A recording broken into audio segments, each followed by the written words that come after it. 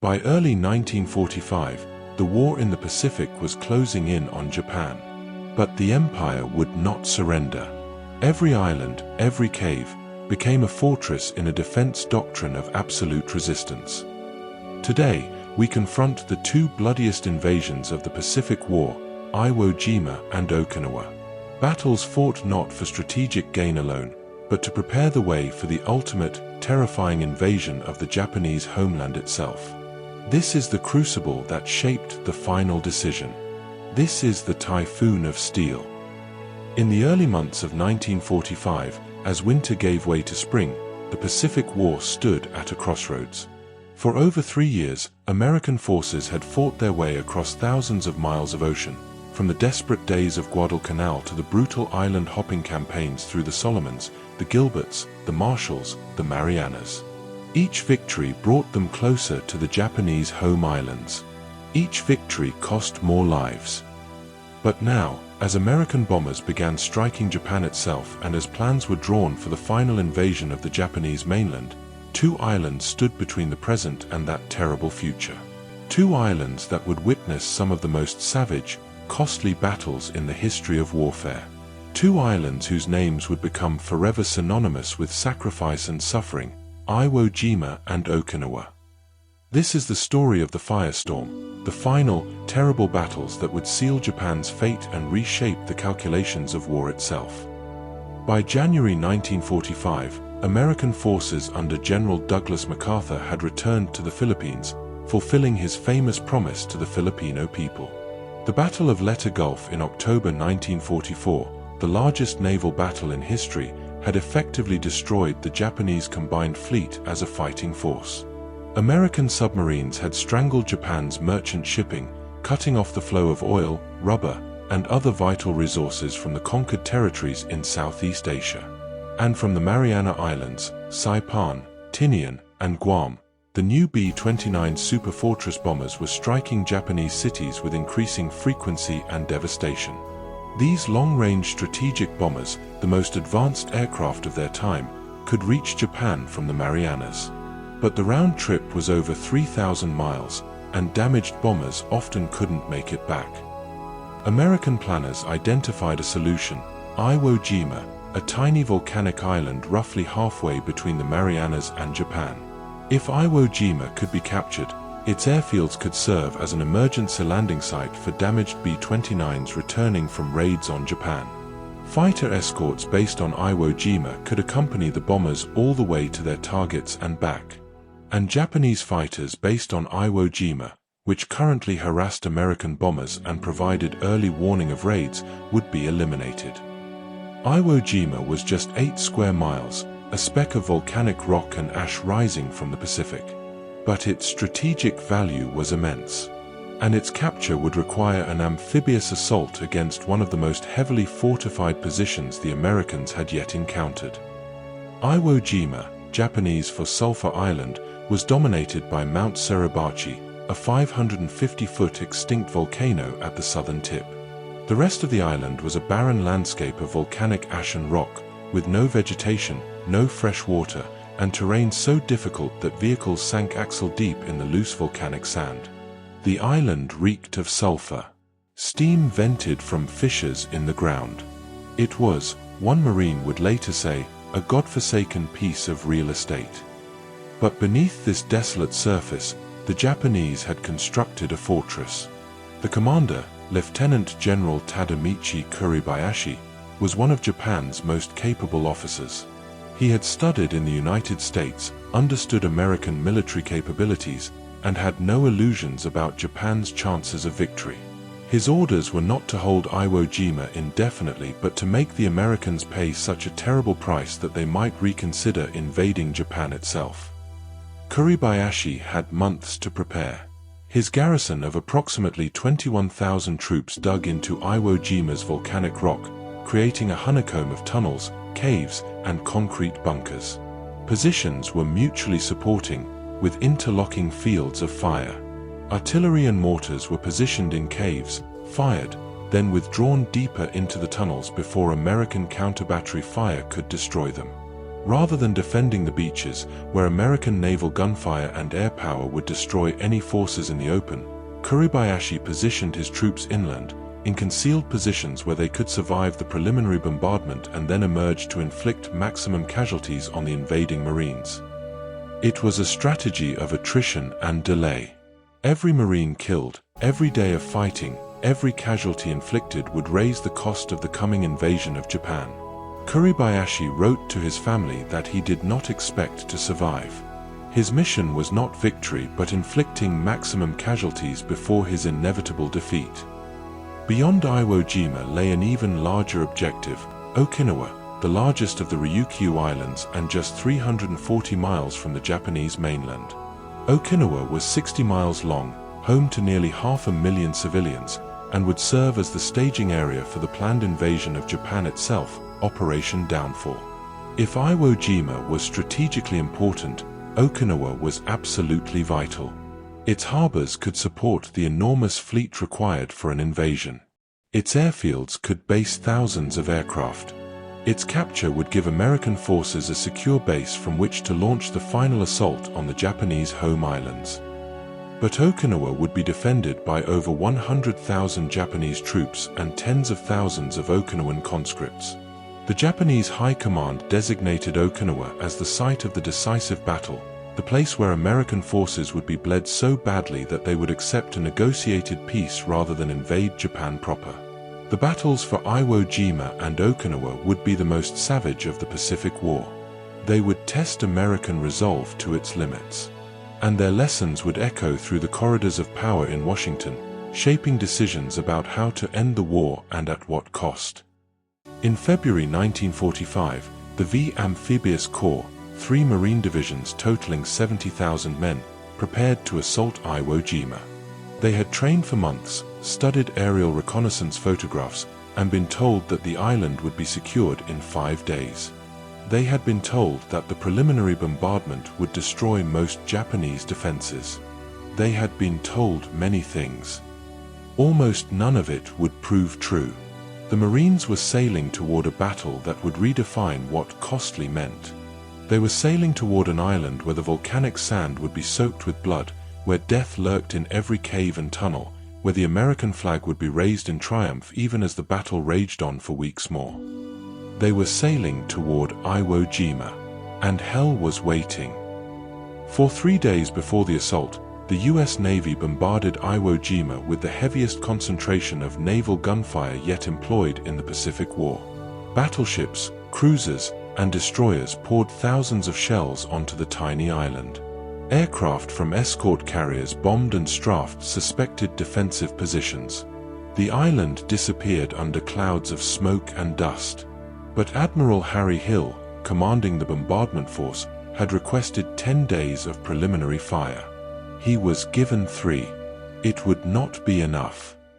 At 9 a.m. on February 19, 1945, the first wave of Marines landed on the southeastern beaches of Iwo Jima. They came ashore in Amtraks, amphibious tractors that could crawl over the beach and inland. The beaches were designated, from south to north, green, red, yellow, blue. The first waves were from the 4th and 5th Marine Divisions.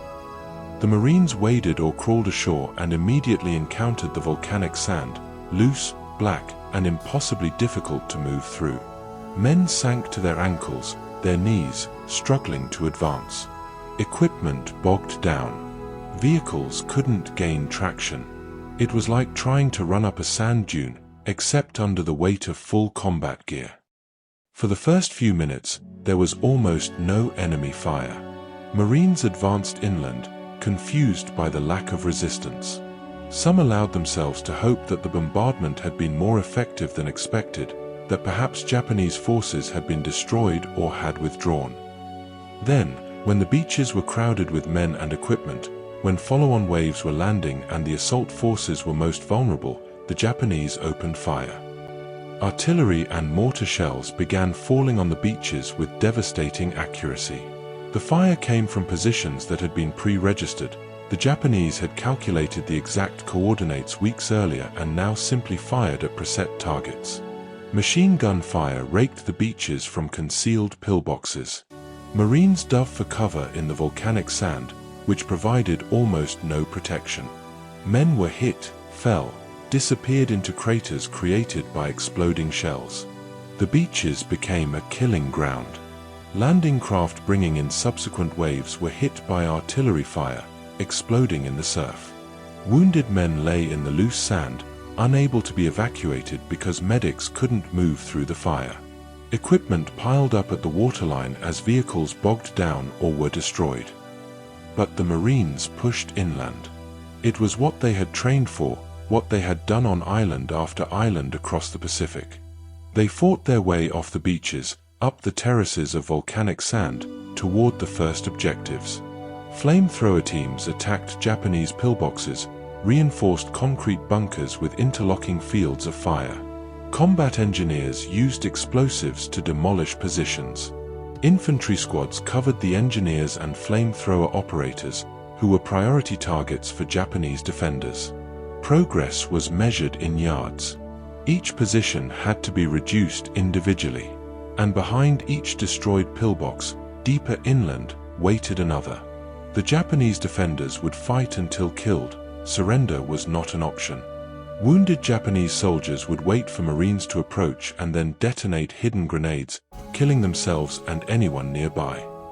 By the end of February 19th, D-Day, 30,000 Marines had landed on Iwo Jima. Casualties exceeded 2,400, including over 500 dead. The beachhead was secure but shallow, nowhere more than 700 yards deep.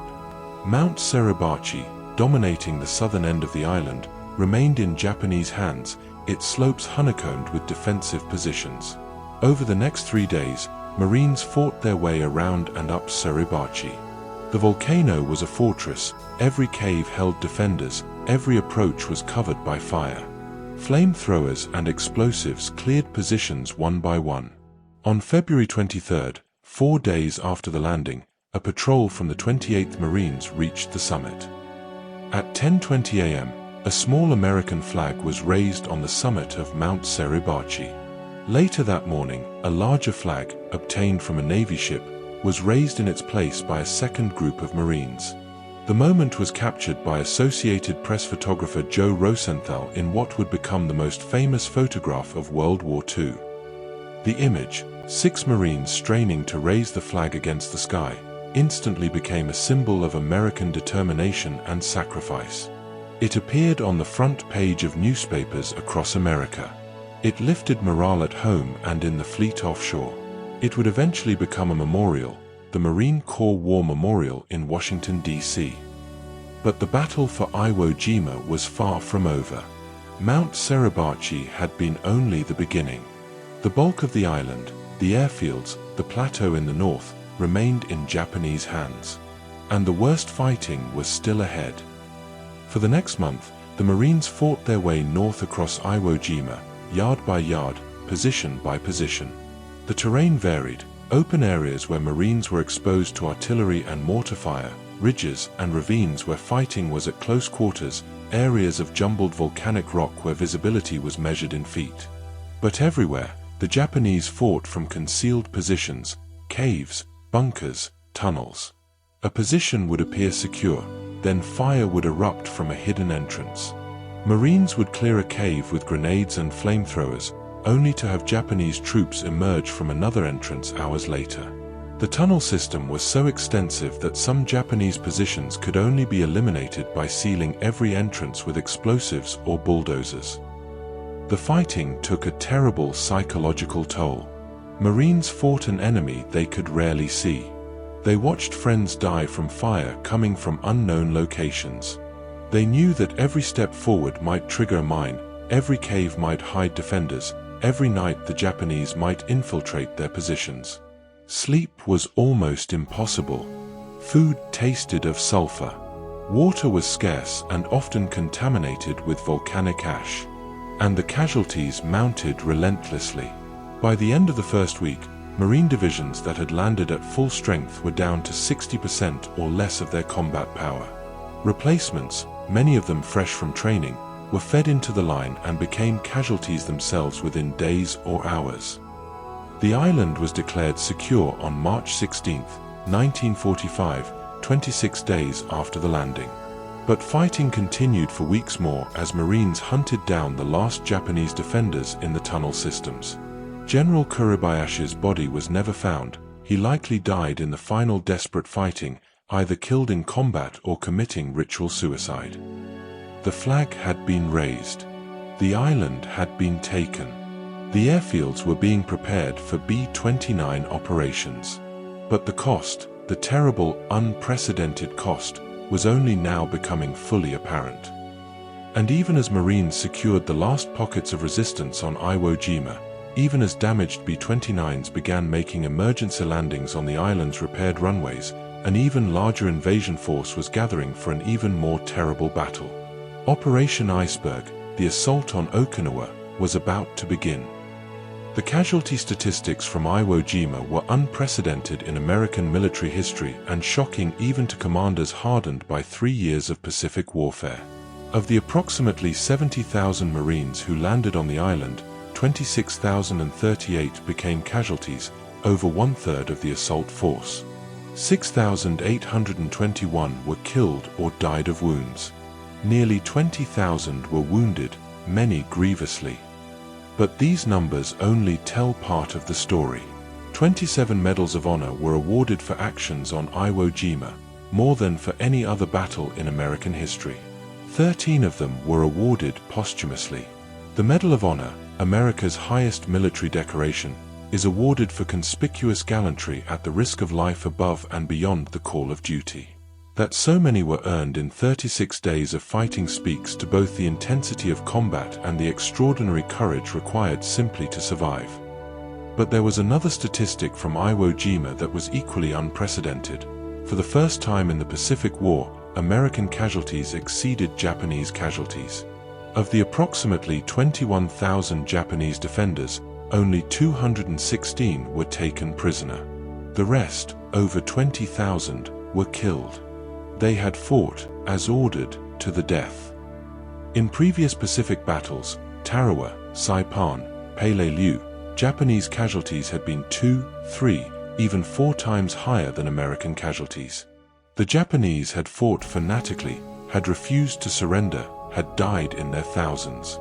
But the geography of those islands, the nature of their defenses, had allowed American firepower, naval guns, aircraft, artillery, to destroy Japanese forces before they could inflict maximum casualties. Iwo Jima was different. Kuribayashi's defense-in-depth strategy, his underground fortifications, his decision to fight from concealed positions rather than defending the beaches, all of this had negated much of America's firepower advantage. Marines had to close with and destroy each position individually, often at close range, exposing themselves to enemy fire. The result was the highest American casualty rate of any Pacific amphibious operation. Was Iwo Jima worth the cost?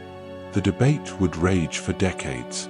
Proponents pointed to the 2,400 B-29 emergency landings made on Iwo Jima during the remainder of the war, aircraft that would have crashed into the ocean, losing their crews of 10 men each. By this calculation, Iwo Jima saved over 24,000 American lives, more than the battle cost. Critics argued that Japan was already defeated by February 1945, that the B-29 campaign could have continued from the Marianas, that the strategic value of the island did not justify the casualties. The debate continues. But even as this debate began, even as the wounded from Iwo Jima were being evacuated to hospitals and the dead were being buried in the newly established cemetery on the island, attention turned to the next objective. An objective that would dwarf Iwo Jima in scale, in duration, and in human cost. Okinawa, codenamed Operation Iceberg, would be the largest amphibious assault of the Pacific War. While Iwo Jima was 8 square miles, Okinawa was 463 square miles, nearly 60 times larger. While Iwo Jima's garrison numbered 21,000, Okinawa was defended by over 100,000 Japanese troops and tens of thousands of conscripted Okinawan civilians. Okinawa was part of the Japanese home islands, administered as a prefecture of Japan proper, not as a colony or occupied territory. Its civilian population of approximately 450,000 had lived under Japanese rule for decades. Many spoke Japanese as well as the Okinawan language. They were subjects of the emperor, though treated as second-class citizens by mainland Japanese. The island was mountainous, with steep ridges and deep valleys in the south, flatter terrain in the north, and the towns of Naha and Shuri in the center. Unlike the barren volcanic rock of Iwo Jima, Okinawa was green, cultivated, with villages and farms. But this terrain would prove just as deadly as Iwo Jima's volcanic landscape. The Japanese commander, Lieutenant General Mitsuru Ushijima, had learned from the failures of previous Pacific battles. He would not contest the beaches. He would not waste his forces in futile banzai charges. Instead, he would defend from prepared positions in the rugged terrain of southern Okinawa, using the island's caves and ridges to create a defense in depth that would bleed the Americans white. The centerpiece of this defense was the Shuri Line, a system of fortifications centered on Shuri Castle, the ancient capital of the Ryukyu Kingdom. The Shuri Line exploited every advantage of terrain: reverse slopes where American naval gunfire and artillery could not reach, caves for ammunition storage and troop shelter, interlocking defensive positions that supported each other. To assault Okinawa, the Americans assembled the largest invasion force in Pacific history. The 10th Army, commanded by Lieutenant General Simon Bolivar Buckner Jr., consisted of 7 divisions, 4 Army, 3 Marine, totaling over 180,000 assault troops. Supporting them offshore was the 5th Fleet under Admiral Raymond Spruance, over 1,300 ships, the largest fleet ever assembled. The plan called for landing on the western coast of Okinawa, near the Hagushi beaches, on April 1, 1945, Easter Sunday. From there, forces would drive across the narrow waist of the island, cutting it in two, then turn south to reduce the Shuri Line while other forces cleared the lightly defended northern part of the island. Based on the experience of Iwo Jima, commanders expected heavy casualties from the opening moments. Reserves were positioned. Hospital ships were prepared. Casualty estimates were sobering. Everyone who had studied the intelligence reports knew that Okinawa would be worse than Iwo Jima, longer, bloodier, more costly. What nobody expected was that the initial landing would be virtually unopposed. On the morning of April 1, 1945, L-Day for Okinawa, American forces prepared to storm ashore against what they expected to be fierce resistance. Naval bombardment had pounded Japanese positions for days. Aircraft had strafed and bombed. As the landing craft approached the beaches, tension was unbearable. Men waited for the storm of fire that would greet them. But the beaches were silent. The Japanese were waiting, deep inland, in their prepared positions. The trap was set, and the bloodiest battle of the Pacific War was about to begin. The landing on Okinawa on April 1, 1945, was so easy that it seemed unreal. Marines and soldiers waded ashore on the Hagushi beaches against virtually no opposition. There was no artillery fire from the hills, no machine guns raking the beaches, no desperate fighting for every yard of sand.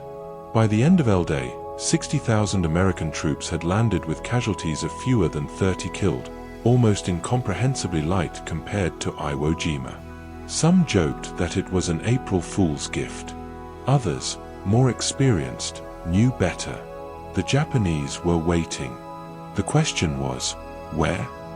American forces drove inland rapidly. Within days, they had cut the island in two, reaching the eastern coast. Marine divisions turned north to clear the Motobu Peninsula and the northern part of the island, encountering only scattered resistance. Army divisions turned south, and there, the easy phase of the campaign ended. On April 4th, lead elements of the Army's 96th Infantry Division encountered the outer defenses of the Shuri Line. And the nature of the campaign changed instantly. The Shuri Line was not a line in the conventional sense. It was a zone of fortifications stretching for miles in depth, exploiting every ridge, every ravine, every natural defensive position. Japanese troops fought from caves and bunkers cut into the hillsides. Artillery, positioned on reverse slopes or in caves, could fire on American forces advancing below while remaining safe from counter-battery fire. The terrain itself became an enemy. Ridges with names like Kamikaze, Maeda Escarpment, Sugarloaf, and Conical Hill became killing grounds where American soldiers and Marines would fight for days or weeks for objectives measuring hundreds of yards. The fighting on Okinawa was unlike anything American forces had experienced. At Kamikaze Ridge, soldiers of the 96th Division attacked repeatedly, gaining the crest only to be driven back by Japanese counterattacks emerging from caves. At the Maeda Escarpment, a sheer cliff dubbed Hacksaw Ridge, soldiers had to climb cargo nets to reach the top, then fight in a moonscape of shell craters and destroyed bunkers. Sugarloaf Hill, a seemingly unremarkable rise near Naha, became the site of a week-long battle where Marines of the 6th Division attacked repeatedly, taking the hill only to be driven off by counterattacks from nearby hills that supported each other.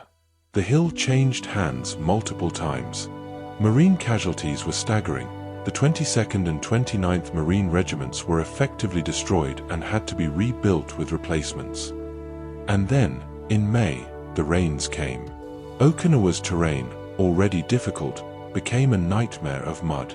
The red clay soil, churned by shells and torn by tank tracks, became a thick, adhesive muck that made movement nearly impossible. Tanks bogged down. Supply trucks couldn't reach forward units. Wounded men lay in water-filled foxholes. The rain fell continuously for days, sometimes weeks. Everything was wet: uniforms, equipment, weapons. Trench foot became epidemic. Soldiers and Marines lived in mud, ate mud with their rations, breathed air thick with the stench of mud and decay. The dead, often impossible to recover, lay where they had fallen, sometimes for days, sometimes decomposing in the rain and heat. The psychological toll was immense.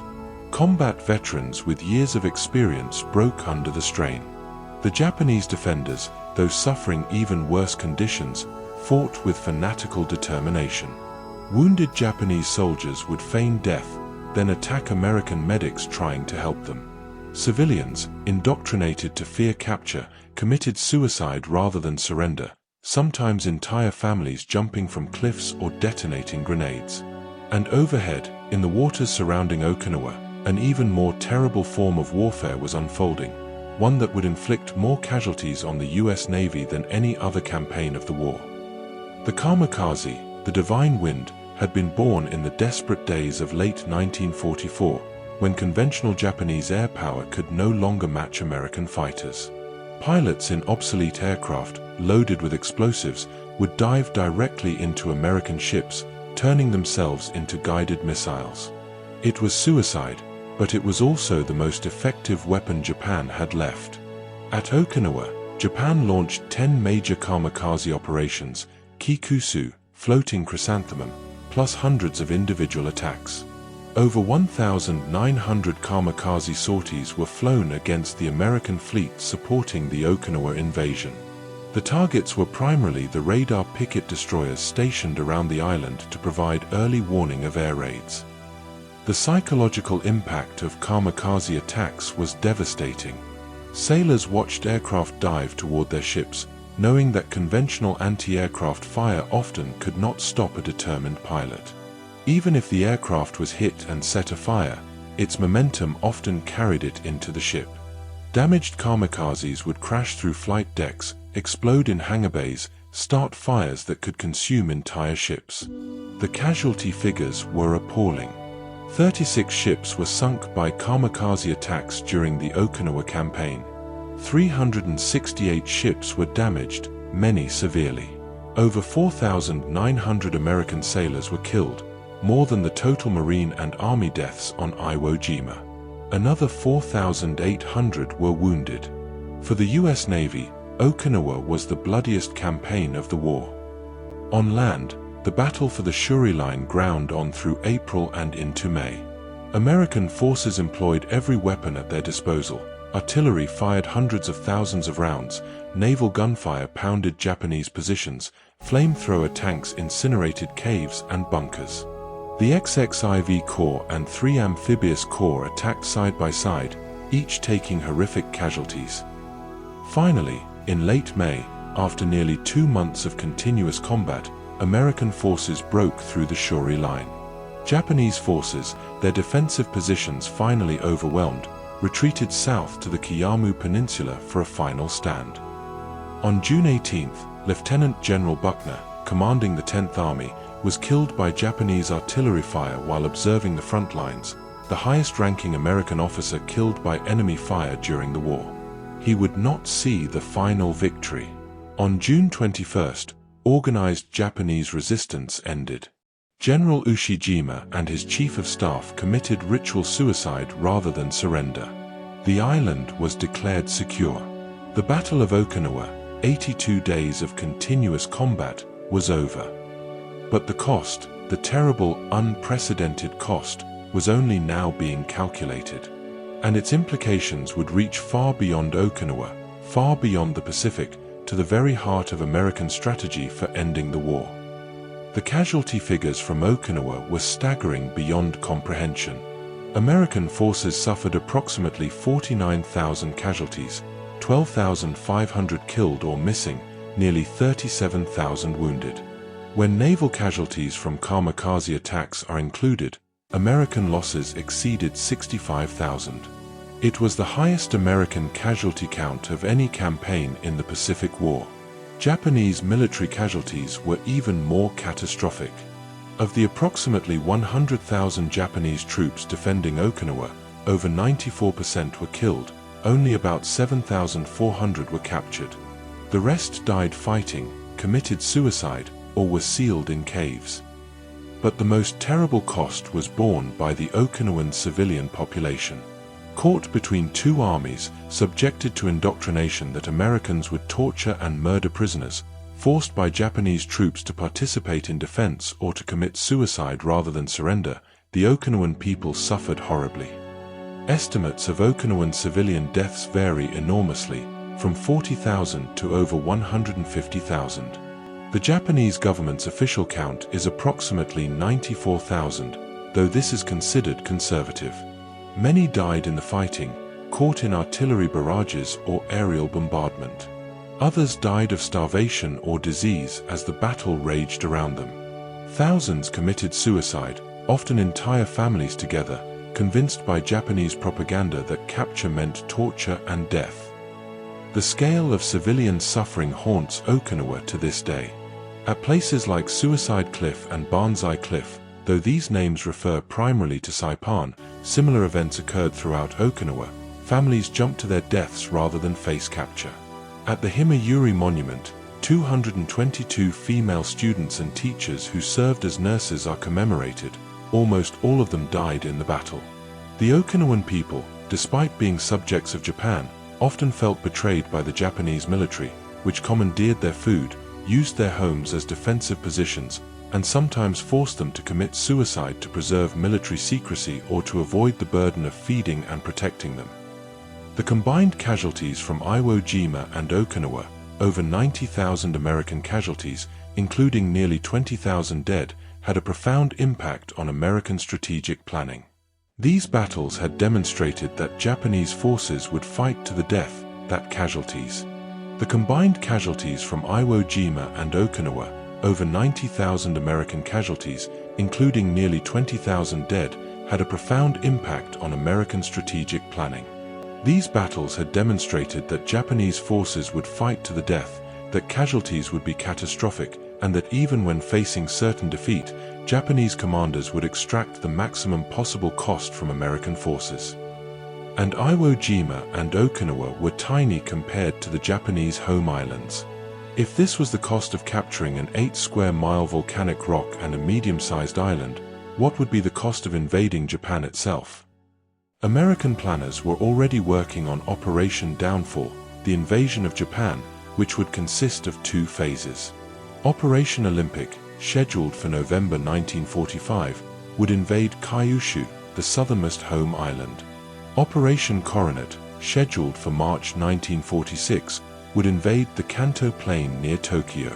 Together, these operations would involve over 6 million American, British, and Commonwealth troops, the largest amphibious operation ever planned. The casualty estimates were sobering. Using the ratios from Okinawa as a baseline, planners estimated American casualties could exceed 1 million, including 200,000 to 400,000 dead. Japanese military casualties would likely exceed 10 million. Civilian casualties, given the pattern of mass suicide seen on Saipan and Okinawa, might reach 5 to 10 million or more. These were not mere projections, they were being translated into action. The War Department ordered 500,000 Purple Hearts manufactured in anticipation of the invasion casualties. These medals, awarded to those wounded or killed in combat, were stockpiled in depots across the Pacific. So many were produced that American forces would not exhaust the supply until the 21st century. Every Purple Heart awarded for Korea, Vietnam, Iraq, and Afghanistan came from the stock produced for the invasion of Japan that never occurred. In late July 1945, President Harry S. Truman, who had assumed office following Franklin Roosevelt's death in April, gathered with his military and civilian advisors to discuss how to end the war with Japan. The options were stark: invasion, which would cost millions of lives, or employment of a new weapon, the atomic bomb, successfully tested at Alamogordo, New Mexico, on July 16th. The decision was influenced by many factors: the desire to end the war quickly, to avoid an invasion, to justify the enormous cost of the Manhattan Project, to demonstrate American power to the Soviet Union. But among the most significant factors was the clear lesson of Iwo Jima and Okinawa. Japan would not surrender without suffering catastrophic losses, and any invasion of the home islands would result in casualties on a scale never before experienced in American military history. On August 6, 1945, the B-29 Enola Gay, taking off from Tinian in the Mariana Islands, the same bases that had launched the firebombing raids on Japanese cities, dropped an atomic bomb on Hiroshima. 3 days later, a second atomic bomb was dropped on Nagasaki. On August 15th, Emperor Hirohito announced Japan's surrender in a radio broadcast, the first time most Japanese citizens had heard their emperor's voice. The atomic bombs killed approximately 200,000 people, mostly civilians, immediately or in the months that followed. The moral debate about their use continues to this day. But for the survivors of Iwo Jima and Okinawa, for the soldiers and Marines who had fought through those terrible battles and who were training for the invasion of Japan, the atomic bombs meant something simple and profound: they would not have to invade Japan. They would live. The battles of Iwo Jima and Okinawa stand as testaments to both the courage of those who fought and the terrible cost of modern industrial warfare. American forces demonstrated extraordinary bravery, tactical skill, and determination in capturing these islands against fanatical resistance. Japanese forces fought with a dedication that approached the suicidal, inflicting casualties far out of proportion to their numbers. But these battles also revealed the darker aspects of war: the mass suicides of civilians, the use of human beings as guided missiles, the willingness of commanders on both sides to accept staggering casualties in pursuit of military objectives, the reduction of human beings to statistics in strategic calculations. Today, Iwo Jima is administered by Japan and is largely restricted. The island remains littered with unexploded ordnance and is considered too dangerous for general access. The famous photograph of the flag raising on Mount Suribachi remains one of the most iconic images in American history, memorialized in the Marine Corps War Memorial. But the island itself is quiet, visited primarily by Japanese and American veterans on anniversary commemorations, a lonely volcanic rock in the Pacific where so many died. Okinawa has been rebuilt and is home to over 1.4 million people. But the scars remain. The cornerstone of Peace Memorial lists the names of all who died in the battle: Japanese, American, Korean, Taiwanese, British, and Okinawan, over 240,000 names carved in stone. The Okinawa Prefectural Peace Memorial Museum preserves the history and reminds visitors of the terrible cost. Firestorm, Iwo Jima, Okinawa, and the final march on Japan. 2 battles. 165 days of combat. Over 150,000 casualties on all sides. The highest casualty rates of the Pacific War. The final stepping stones toward Japan. and the battles whose terrible lessons influenced the decision to employ atomic weapons rather than invade the Japanese home islands. The Marines and soldiers who fought on those islands, those who survived and those who did not, paid the final installment on the price of victory in the Pacific. Their sacrifice ensured that the invasion they were training for would never occur, and their memory endures as a reminder of the true cost of war, measured not in strategic objectives achieved or territory captured, but in lives given, futures ended, and families forever changed. The firestorm had passed. The war was over. But the echoes of Iwo Jima and Okinawa would resound through history, shaping decisions about war and peace for generations to come. The battles for Iwo Jima and Okinawa were victories, but at a cost almost unimaginable, over 100,000 American casualties in total, and nearly every single Japanese defender killed. The sight of these islands, littered with the dead, offered a chilling glimpse into the future. The sheer ferocity of the Japanese defense, the willingness to fight to the last man, and the suicidal fury of the Kamikaze attacks painted a grim picture of what an invasion of the Japanese home islands, Operation Downfall, would entail.